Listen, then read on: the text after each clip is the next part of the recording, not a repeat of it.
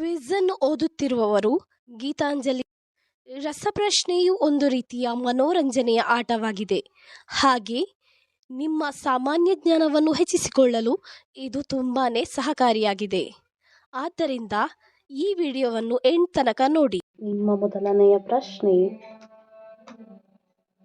ಹೆಂಗಸರು ಬೆಳಿಗ್ಗೆ 7 ಗಂಟೆ ನಂತರ ಎದ್ದರೆ ಏನಾಗುತ್ತದೆ? ಆಪ್ಷನ್ ಎ ಪತಿಗೆ ಆಪತ್ತು, ಆಪ್ಷನ್ ಬಿ ಆರ್ಥಿಕ ಲಾಭ, ಆಪ್ಷನ್ ಸಿ ಸಾಲಬಾಧೆ, ಆಪ್ಷನ್ ಡಿ ಶುಭ.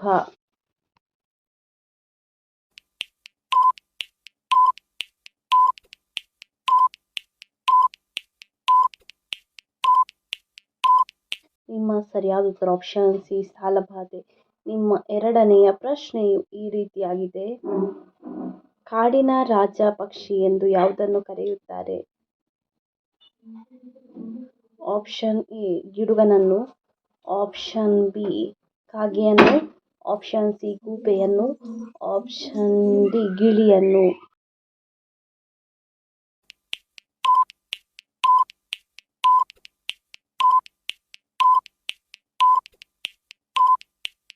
ನಿಮ್ಮ ಸರಿಯಾದ ಉತ್ತರ ಆಪ್ಷನ್ ಎ ಗಿಡುಗನನ್ನು ಕಾಡಿನ ರಾಜಪಕ್ಷಿ ಎಂದು ಕರೆಯುತ್ತಾರೆ. ನಿಮ್ಮ ಮೂರನೆಯ ಪ್ರಶ್ನೆ ಈ ರೀತಿಯಾಗಿದೆ. ಸಿದ್ದರಾಮಯ್ಯನವರು ಯಾವ ವರ್ಷದಲ್ಲಿ ಮುಖ್ಯಮಂತ್ರಿಯಾಗಿ ಅಧಿಕಾರವನ್ನು ಸ್ವೀಕರಿಸಿದರು? ಆಪ್ಷನ್ ಎ 2015ರಲ್ಲಿ, ಆಪ್ಷನ್ ಬಿ 2019ರಲ್ಲಿ, ಆಪ್ಷನ್ ಸಿ 2013ರಲ್ಲಿ, ಆಪ್ಷನ್ ಡಿ 2017ರಲ್ಲಿ.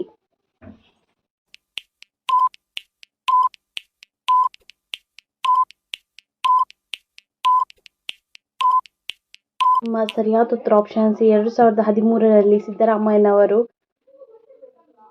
ಅಧಿಕಾರವನ್ನು ಸ್ವೀಕರಿಸಿದರು. ನಿಮ್ಮ ನಾಲ್ಕನೆಯ ಪ್ರಶ್ನೆ ಈ ರೀತಿಯಾಗಿದೆ. ಕೃಷಿಗೆ ಉಪಯೋಗವಾಗುವ ಪಕ್ಷಿ ಯಾವುದು?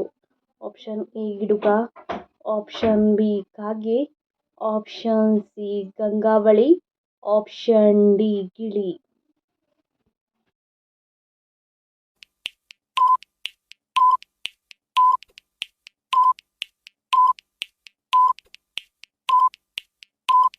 ನಿಮ್ಮ ಸರಿಯಾದ ಉತ್ತರ ಆಪ್ಷನ್ ಸಿ ಗಂಗಾವಳಿ ಹಕ್ಕಿಯು ಕೃಷಿಗೆ ಉಪಯೋಗವಾಗುವ ಹಕ್ಕಿಯಾಗಿದೆ. ನಿಮ್ಮ ಐದನೆಯ ಪ್ರಶ್ನೆಯು ಈ ರೀತಿಯಾಗಿದೆ. ಸುಗಂಧಕ್ಕೆ ಪ್ರಸಿದ್ಧವಾದ ಹೂವು ಯಾವುದು? ಆಪ್ಷನ್ ಎ ದಾಸವಾಳ, ಆಪ್ಷನ್ ಬಿ ಸೇವಂತಿಗೆ, ಆಪ್ಷನ್ ಸಿ ಗುಲಾಬಿ, ಆಪ್ಷನ್ ಡಿ ಚೆಂಡು ಹೂ.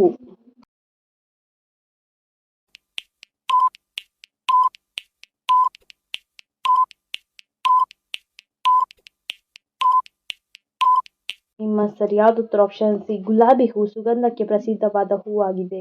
ನಿಮ್ಮ ಆರನೆಯ ಪ್ರಶ್ನೆಯು ಈ ರೀತಿಯಾಗಿದೆ.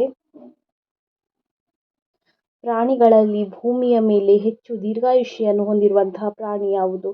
ಆಪ್ಷನ್ ಎ ಆಮೆ, ಆಪ್ಷನ್ ಬಿ ಮಂಗ, ಆಪ್ಷನ್ ಸಿ ದನ, ಆಪ್ಷನ್ ಡಿ ಕರಡಿ.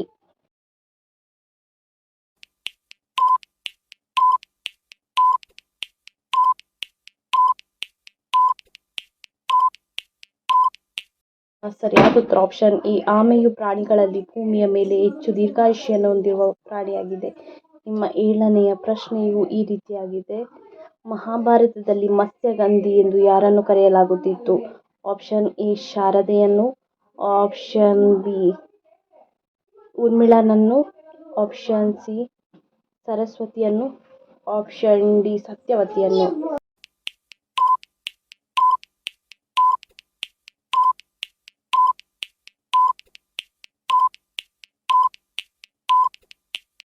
ನಿಮ್ಮ ಸರಿಯಾದ ಉತ್ತರ ಆಪ್ಷನ್ ಡಿ ಸತ್ಯವತಿಯನ್ನು ಮತ್ಸ್ಯಗಂಧಿ ಎಂದು ಕರೆಯಲಾಗುತ್ತಿತ್ತು. ನಿಮ್ಮ ಎಂಟನೆಯ ಪ್ರಶ್ನೆಯು ಈ ರೀತಿಯಾಗಿದೆ. ಮುಖೇಶ್ ಅಂಬಾನಿಯ ಮನೆಯ ಒಂದು ತಿಂಗಳ ವಿದ್ಯುತ್ ಬೆಲೆ ಎಷ್ಟು? Option A 70 lakh, option B 10 lakh, option C 25 lakh, option D 1 lakh.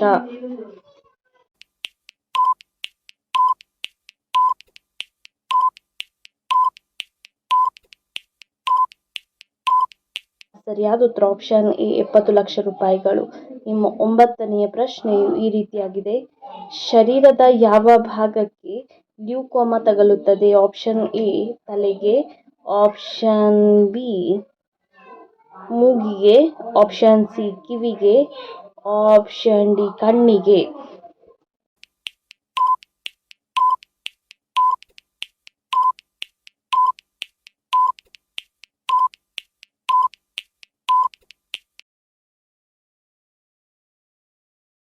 ಸರಿಯಾದ ಉತ್ತರ ಆಪ್ಷನ್ ಡಿ ಕಣ್ಣಿಗೆ ಲ್ಯೂಕೋಮಾ ತಗಲುತ್ತದೆ. ನಿಮ್ಮ 10ನೆಯ ಪ್ರಶ್ನೆಯು ಈ ರೀತಿಯಾಗಿದೆ. ಬೆಂಗಳೂರಿನ ನಿರ್ಮಾತೃ ಯಾರು? Option A Rahul Gandhi, option B Sonia Gandhi, option C Rajiv Gandhi, option D Kempegowda.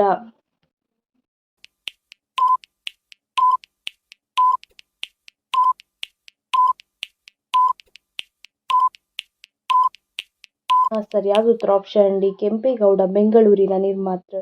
ನಿಮ್ಮ 11ನೆಯ ಪ್ರಶ್ನೆಯು ಈ ರೀತಿಯಾಗಿದೆ.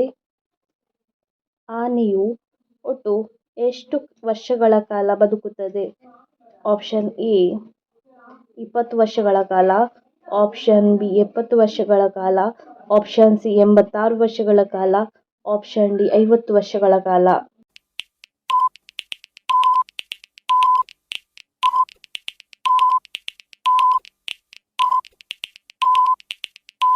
ಸರಿಯಾದ ಉತ್ತರ ಆಪ್ಷನ್ ಬಿ 70 ವರ್ಷಗಳ ಕಾಲ ಆನೆಯು ಬದುಕುತ್ತದೆ. ನಿಮ್ಮ 12ನೆಯ ಪ್ರಶ್ನೆಯು ಈ ರೀತಿಯಾಗಿದೆ. ಜೀವಶಾಸ್ತ್ರವನ್ನು ಇಂಗ್ಲಿಷ್ನಲ್ಲಿ ಏನೆಂದು ಕರೆಯುತ್ತಾರೆ? Option A physics, option B chemistry, option C biology, option D neurology.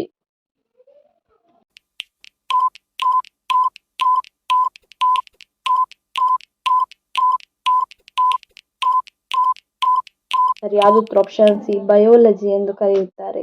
ನಿಮ್ಮ 13ನೆಯ ಪ್ರಶ್ನೆಯು ಈ ರೀತಿಯಾಗಿದೆ.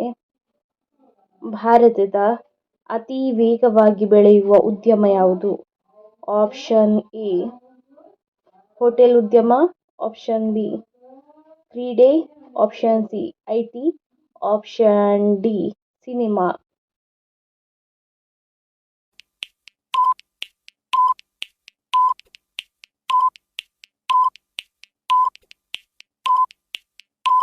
ನಿಮ್ಮ ಸರಿಯಾದ ಉತ್ತರ ಆಪ್ಷನ್ ಸಿ ಐಟಿಯು ಭಾರತದ ಅತಿ ವೇಗವಾಗಿ ಬೆಳೆಯುವ ಉದ್ಯಮವಾಗಿದೆ.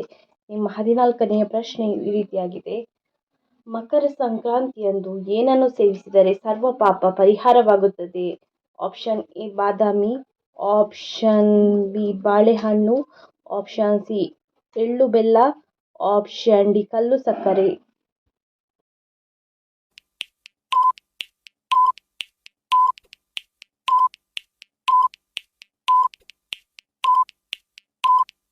ನಿಮ್ಮ ಸರಿಯಾದ ಉತ್ತರ ಆಪ್ಷನ್ ಸಿ ಎಳ್ಳು ಬೆಲ್ಲ. ಮಕರ ಸಂಕ್ರಾಂತಿಯಂದು ಎಳ್ಳನ್ನು ತಿನ್ನುವುದರಿಂದ ದಾನ ಮಾಡುವುದು ಬಹು ಪುಣ್ಯಕರ ಎಂದು ಶಾಸ್ತ್ರಗಳಲ್ಲಿ ಹೇಳಲಾಗಿದೆ. ತಿಲದಾನ ಮಹಾಪುಣ್ಯಂ ಎಂಬ ನಂಬಿಕೆ ಇದೆ. ಎಳ್ಳು ಪಾಪ ನಿವಾರಣೆ ಮಾಡಿ ಪುಣ್ಯ ವೃದ್ಧಿಸುತ್ತದೆ. ನಿಮ್ಮ 15ನೆಯ ಪ್ರಶ್ನೆಯು ಈ ರೀತಿಯಾಗಿದೆ. ಕರ್ನಾಟಕದಲ್ಲಿ ಅಧಿಕೃತವಾಗಿ ಬಳಸುವ ಭಾಷೆ ಯಾವುದು? Option A Sanskrit, option B Gujarati, option C Kannada, option D Marathi.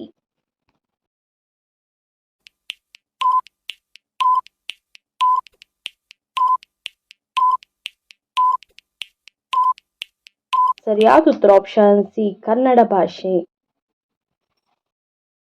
ಇದೇ ರೀತಿಯ ಇನ್ನೂ ಹೆಚ್ಚಿನ ಕ್ವಿಜ್ಗಾಗಿ ನಮ್ಮ ಚಾನಲ್ ಅನ್ನು ಈಗಲೇ ಸಬ್ಸ್ಕ್ರೈಬ್ ಆಗಿ.